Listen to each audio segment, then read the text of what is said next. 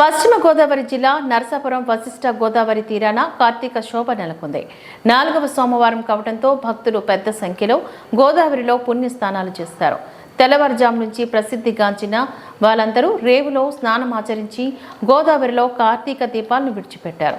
పట్టణంలోని ప్రసిద్ధిగాంచిన అమరేశ్వర, కపిల మల్లేశ్వర, లక్ష్మీనేశ్వర స్వామి ఆలయాలు భక్తులతో కిటకిటలాడుతున్నాయి.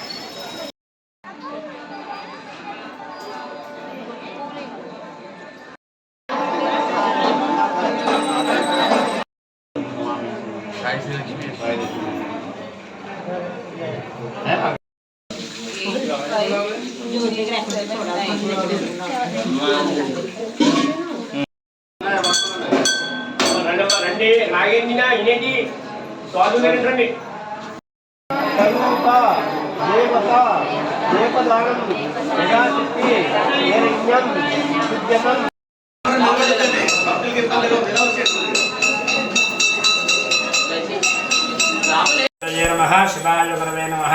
न कार्तीक समो मासः न परमेश्वर समदैवः అని చెబుతోంది శాస్త్రం. పరమ పవిత్రమైనటువంటి కార్తీక మాసముతో సమానమైన మాసము కానీ పరమేశ్వరుడితో సమానమైనటువంటి దైవము కానీ లేదు. అటువంటి పరమ పవిత్రమైనటువంటి కార్తీక మాసంలో ఈ సంవత్సరం 4వ సోమవారం నాడు సోమవారం నాడు ఏమి చేయాలి అంటే, సోమవారం ఈశ్వరుడికి చాలా ప్రీతికరమైనటువంటి రోజు. ఆ రోజు అభిషేక ప్రియో శవ, అభిషేక ప్రియుడు పరమేశ్వరుడు. అటువంటి పరమేశ్వరుడికి అందరూ కూడా శివ అంటూ కాస్త చెంబుడు నీళ్లు పోసినా సరే స్వామివారి బోలాశంకరుడిగా అమితమైన ఆనందం పొంది అనేక వరాలను కలగజేస్తాడంటే. అలాగే కార్తీక మాసంలో మనం ముందుగా ఏమి చేయాలంటే, కార్తీక మాసే స్నానముచ్యతే. మామూలు రోజుల్లో ప్రతిరోజు కూడా స్నానం చేస్తాం, కానీ ఆ ప్రతిరోజు చేసేటువంటి స్నానాన్ని మన శరీరం శుభ్రపరచడానికి చేసుకుంటాం. కానీ కార్తీక మాసంలో చేసేటువంటి స్నానం పుణ్యం ఫలం లభ్యతే, మంచి పుణ్యమైన ఫలితాన్ని ఇస్తుంది. అటువంటి పరమ పవిత్రమైన కార్తీక మాసంలో, అలాగే కార్తీక మాసం అనగానే దీపం యొక్క ప్రాముఖ్యత. దీపం జ్యోతి పరబ్రహ్మ స్వరూపం. మనకు ఉన్నటువంటి అజ్ఞానాన్నంతా కూడా జ్ఞానం వైపు నడిపించాలంటే ఆ యొక్క దీపజ్యోతి, మనం దీపం పెట్టుకోవడం వల్ల ఆ దీపం వెలుగు కాంతి మన జీవితాల్లో వెలుగులను నింపి మనకున్న అజ్ఞానాన్నంతా కూడా తీసేసి జ్ఞానం అనేటువంటి మార్గం వైపు నడిపిస్తుంది. అటువంటి పరమ పవిత్రమైన కార్తీక మాసంలో అనేక బ్రాహ్మణులకి దానాలు, సాలగ్రామ దానాలు, దీపదానాలు చేసుకోవడం వల్ల ఆ యొక్క జీవుడికి ముక్తి కలగజేస్తుందని శాస్త్రం చెబుతోంది.